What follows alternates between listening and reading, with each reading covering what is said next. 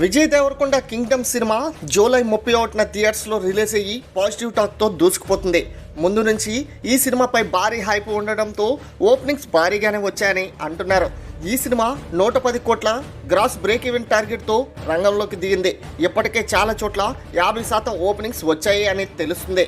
ఇక కలెక్షన్స్ విషయానికి వస్తే బాక్సాఫీస్ సమాచారం ప్రకారం ప్రపంచవ్యాప్తంగా కింగ్డమ్ సినిమా మొదటి రోజు దాదాపు 40 కోట్ల వరకు గ్రాస్ కలెక్షన్స్ సాధించినట్లు సమాచారం.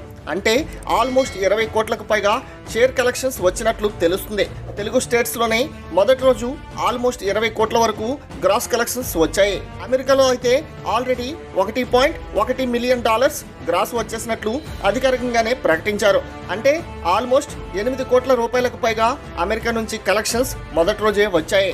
ఇక 2 రోజుల్లో కింగ్డమ్ సినిమా ప్రపంచవ్యాప్తంగా 60 కోట్ల గ్రాస్ను 29.5 కోట్ల షేర్ను వసూలు చేసి విజయ్ దేవరకొండ సరికొత్త రికార్డ్స్ క్రియేట్ చేస్తున్నాడు. ఇక ఈ వీకెండ్ 3 రోజుల్లో ఈజీగా 100 కోట్ల గ్రాస్ దాటేస్తాడని భావిస్తున్నారు. మరి ఈ సినిమా చూసినట్లయితే సినిమా ఎలా ఉందో మీ యొక్క అభిప్రాయాన్ని కామెంట్ రూపంలో తెలియచేయండి. అలాగే మరిన్ని లేటెస్ట్ అప్డేట్స్ కోసం మన ఛానల్ను సబ్స్క్రైబ్ చేసుకోండి. Thanks for watching.